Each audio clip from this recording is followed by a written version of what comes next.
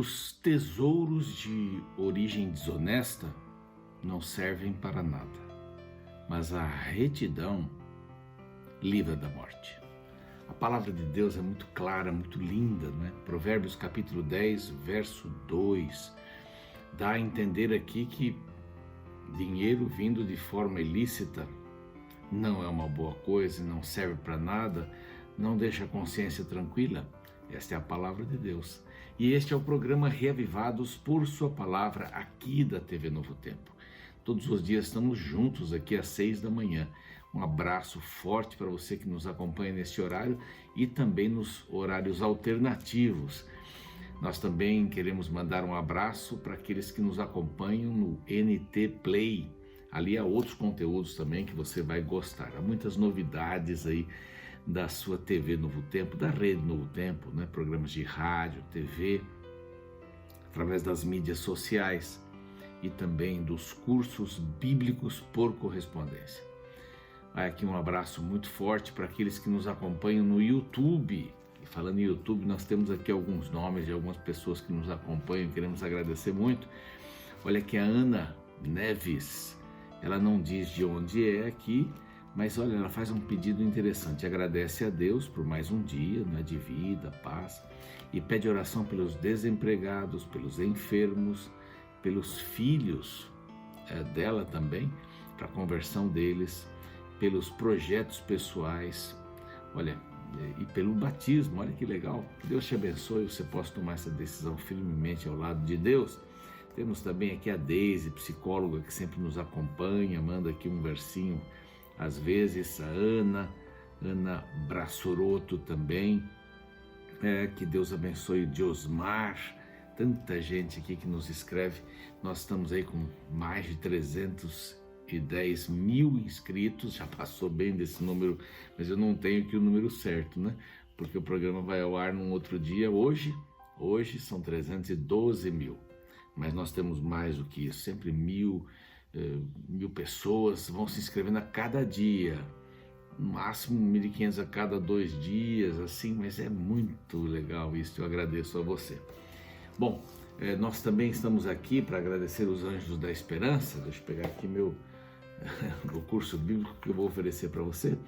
Mas se você quiser se tornar um Anjo da Esperança, aqui está o número telefônico, ele vai aparecer outras vezes aqui no nosso programa.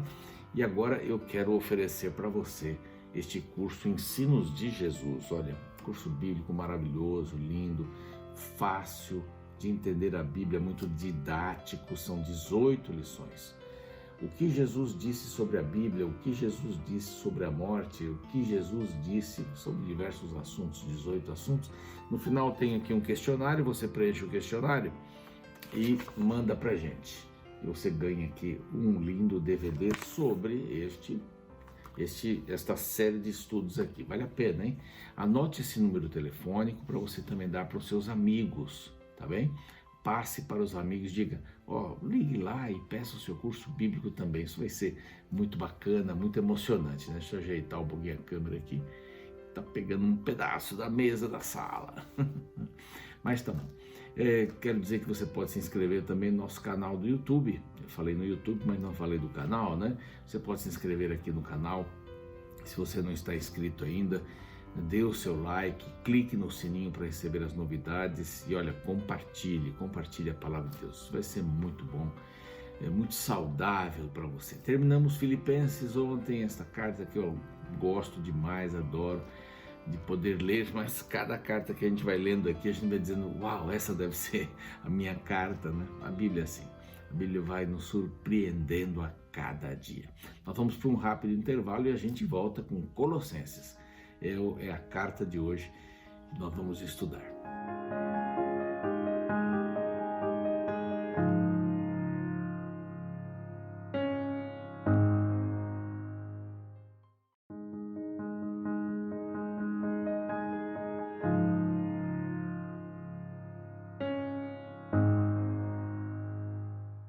Muito bem, já estamos de volta aqui com o seu programa diário para estudo da Bíblia, Reavivados por Sua Palavra. Um capítulo todos os dias, um novo capítulo, e hoje nós já estamos avançando em Colossenses. Olha que beleza, em Colossenses capítulo 1.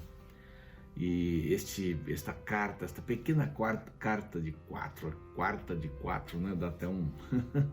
Mas esta pequena carta de 4 capítulos tem uma profundidade, e se você perceber bem, ela vai repetir muitos assuntos que Paulo escreveu para Éfeso e para a região, né? Você sabe, a carta que ele escreveu para Éfeso foi uma carta geral, né? Uma carta que muitas pessoas, muitas cidades acabaram recebendo, e esta aqui ele vai mais ou menos nesse rumo, mas atendendo uma coisa muito específica dessa região. Esta carta aqui foi escrita na primeira prisão de Roma, enquanto ele estava em Roma, né? Possivelmente ele escreveu Efésios também, nessa mesma ocasião, Filipenses, Filemão. Ele escreve daí de Roma. Colosso era uma cidade que fazia uma tríade, né? Colosso e Hierápolis, e também ali do lado Laodiceia. Eram 3 cidades muito florescentes, uma rota comercial muito forte, mas Colosso começou a perder pouco a pouco a sua visibilidade, a sua potência, e se tornou uma cidade muito simples. Bom, Paulo não escreveria para uma cidade dessa se a igreja não fosse importante, embora a cidade importante, ou grande também, ou que tivesse alguma ação na cidade, a cidade estava perdendo seu brilho, mas a igreja não. Mas havia vários problemas na igreja, vários problemas sérios. Eu quero comentar alguns rapidinho aqui, depois a gente vai repetindo aí durante esses 4 dias que vamos estudar a carta aos Colossenses, mas havia vários problemas. Um dos problemas era o gnosticismo, que conhecimento, né? Agnóstico, talvez aquele que não conhece nada, mas agnóstico, ele conhece, aquele que tem, etc. E o que pregavam esses gnósticos? Eles pregavam que o corpo, a matéria era má, mas a alma, eles dividiam, né? O corpo tem uma alma.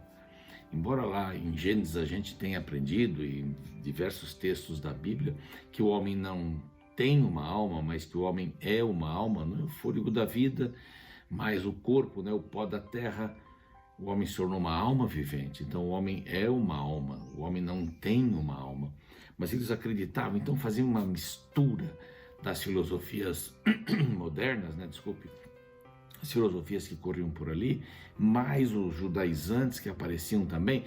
Então a igreja estava sendo muito pressionada ao acreditar que o corpo não prestava, mas a alma que estava ali dentro do corpo que era o importante. Então eles acabavam subjugando, né, o corpo e dando para o corpo o que era dele. Então não havia nenhum problema adulterar, não havia nenhum problema comer qualquer coisa, porque o corpo é assim.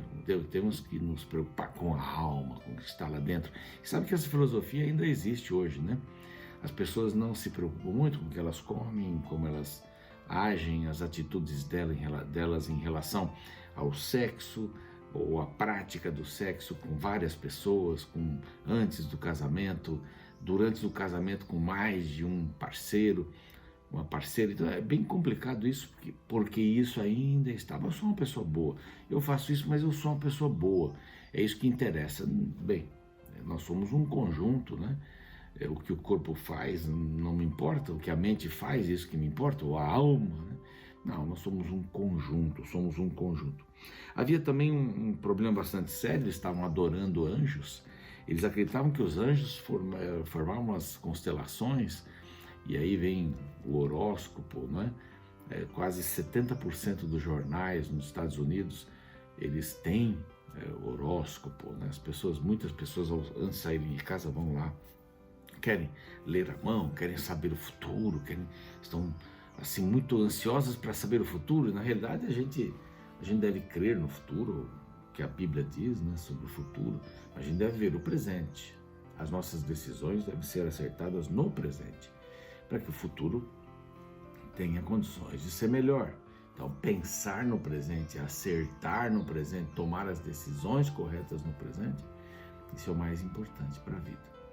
Cada dia, viver cada dia. Eu tenho visitado pessoas, tenho falado com pessoas no hospital. Hoje mesmo vou daqui a pouco visitar um casal que está no hospital. E temos que pensar no dia de hoje. É o dia de hoje. Só o dia de hoje é o que vale, né? Não se meta com esse negócio de horóscopo. O horóscopo mais importante é o da palavra de Deus, né? Se é que a gente pode chamar assim, estou exagerando aqui. Mas a palavra de Deus diz quem você é, de onde você veio, para onde você vai. Isso é o que basta. Exatamente isso que basta. E Deus não se envolvia com seres humanos, então ele fazia o quê? Ele emanava. Deus dava um espirro, fazia um anjo. Deus dava outro espirro, fazia um planeta. Então, inclusive Jesus era uma emanação de Deus, não era Deus. Deus colocou lá para fora através de uma respiração forçada, né? Uma expiração, né? Forçada. Saiu Jesus e ele foi então morrer pelo ser humano, porque Deus não pode viver com um homem. Imagine, isso é uma igreja cristã. Estou falando de uma igreja cristã que tinha essa influência toda. Então Paulo escreve para eles, mas eles eram pessoas boas, mas tiveram essa influência. Você não sabe quem fundou essa igreja, mas sabemos que Paulo estava muito interessado nela. E o tema central aqui é Cristo é o Criador. Não tem esse negócio de uma emanação de Deus. Deus não se envolve, os anjos é que fazem isso. Vamos adorar os anjos, vamos adorar, né, o zodíaco, né, é uma palavra mais moderna, mas era mais ou menos o que eles faziam.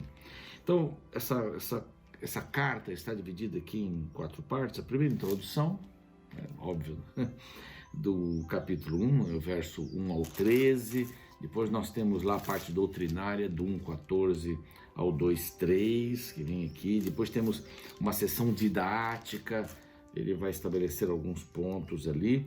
E finalmente, a partir do capítulo 3, nós temos uma sessão exortativa. São exortações, conselhos, por aí. Há várias divisõezinhas pequenas aqui, eu quero compartilhar com você então. Primeira parte, versos 1 e 2 desse capítulo 1 que estamos estudando hoje. Vai falar sobre a saudação, né? Paulo com amor, podemos dizer assim, né? Paulo após Jesus Cristo, ou de Cristo Jesus, por vontade de Deus, e o irmão Timóteo, ali Timóteo firme, apoiando. Lembre-se que Paulo estava preso aqui, Paulo estava preso, Timóteo estava com ele. Aos santos e fiéis irmãos em Cristo que se encontram em Colosso, aí já tem o autor, já tem para quem a carta é direcionada, graça e paz. É a maneira que Paulo agia para poder saudar as pessoas, né? Da parte de Deus. Então ele sempre dizia a parte de Deus, porque eu sou de Deus. Aí o verso 3, do 3 até o 8, a gente encontra alguns milagres em Colosso. Importante essa questão. Aqui nós encontramos Paulo dizendo: nós sempre damos graças a Deus quando oramos por vós, oramos por vocês. Vocês creem em Jesus. E desde que ouvimos da vossa fé em Cristo Jesus, Jesus era o centro da fé, do amor que tendes para com todos os santos. Vocês são carinhosos por causa da esperança que vos está preservada no céu. Vocês ouviram o Evangelho, do qual antes ouvistes pela palavra da verdade, do Evangelho que chegou até vós, não é? Como também foi levado a todo mundo. Então eles tinham alguma responsabilidade em transmitir a palavra para outros lugares, né? Vocês foram discípulos, verso 7, né?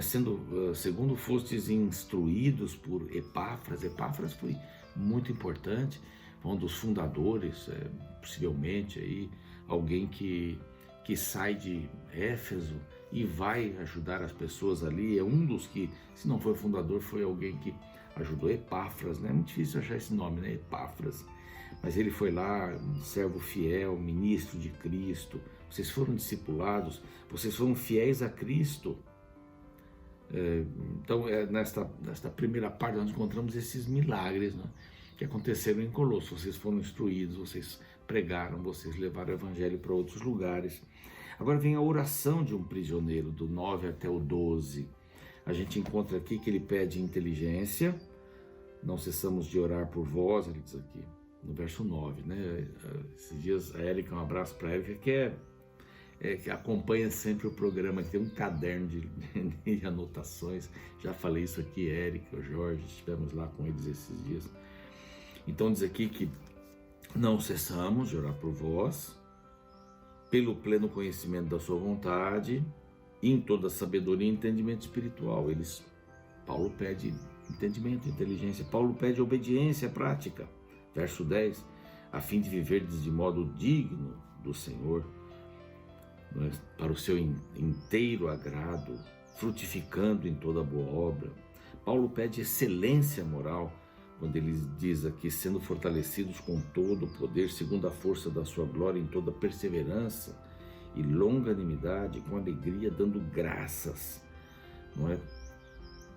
Graças ao Pai, que vos fez idôneos à parte. Ele pede excelência moral, pede inteligência, pede obediência, pede excelência moral. Aí vem mais um bloquinho aqui, do 13 até o 20, o Senhor está sobre todas as coisas. Aqui ele já começa a falar um pouquinho sobre Cristo, né? Cristo é o Salvador, aqui no verso 13, também no verso 14, verso 15, Cristo é o Criador, e ele ainda diz que ele é o cabeça do corpo, a cabeça do corpo. E ele vai terminar dizendo aqui, antes do 20, que somos amados, ou ele é o amado do Pai. Ele é o amado do Pai. Ele é Deus, não é? Completamente.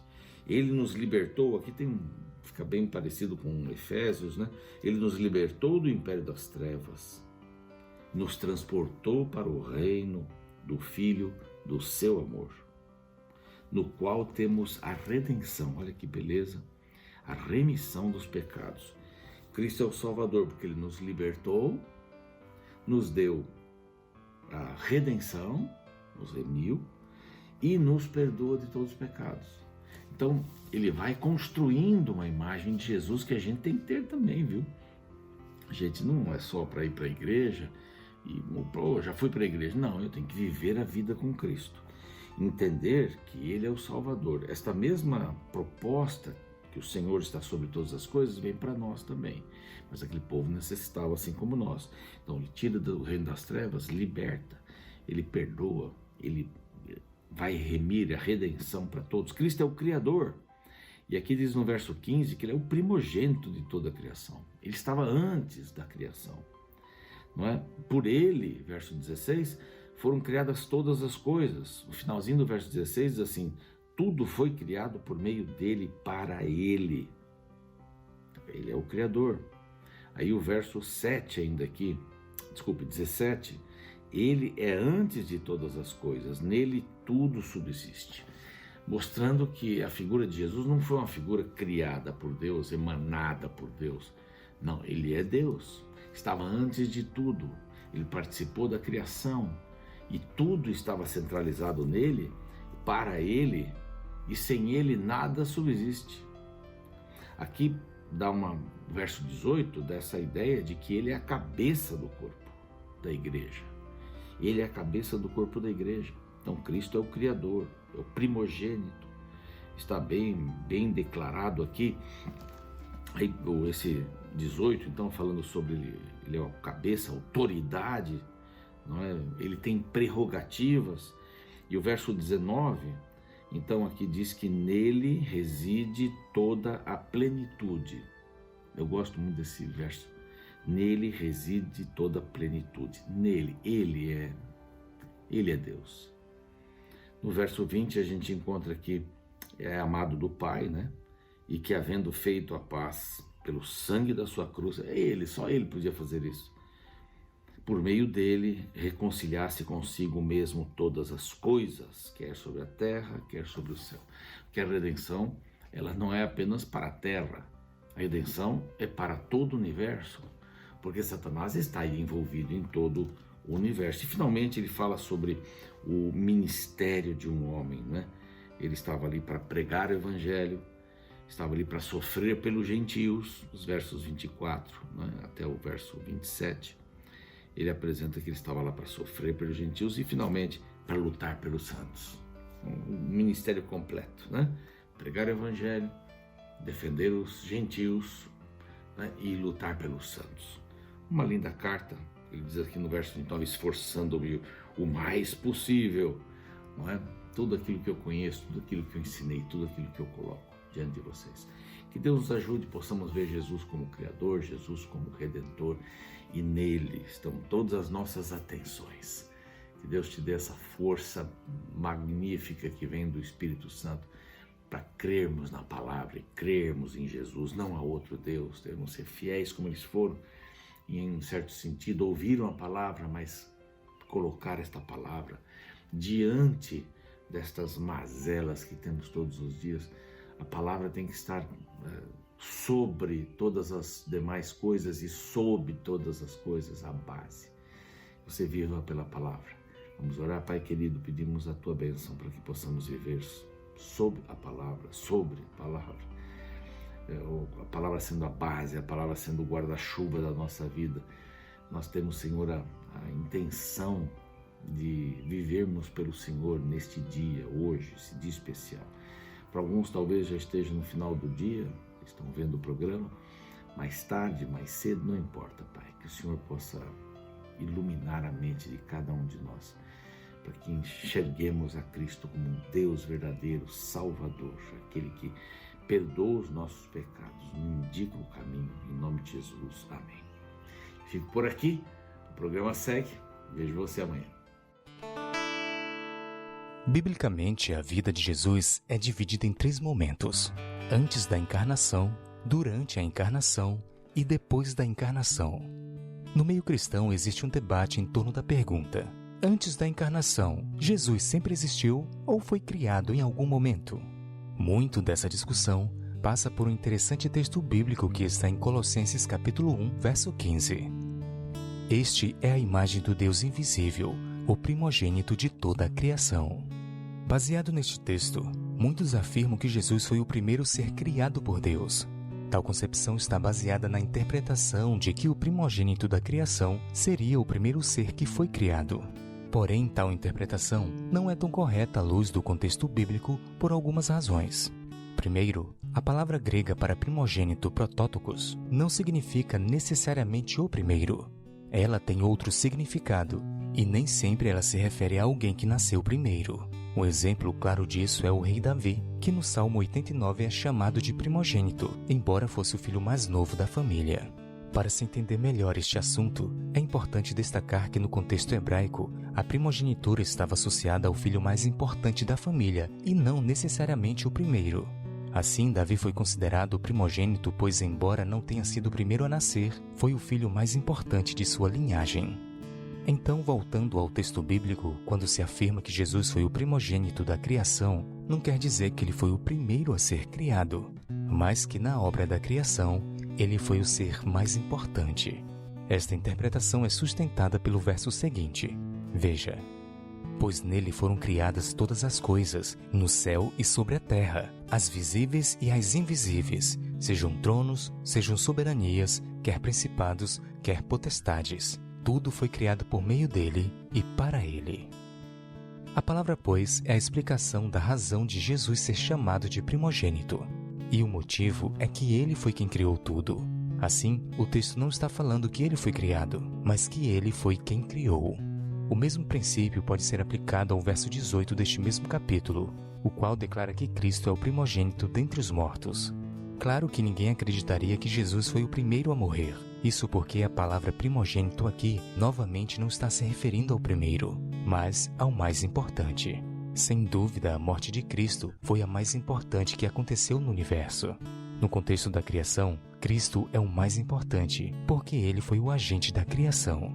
Ele que falou, haja luz, e ele foi quem tocou no barro para criar o ser humano. Atestando a eternidade de Jesus, Paulo conclui no verso 17. Ele é antes de todas as coisas. Nele, tudo subsiste.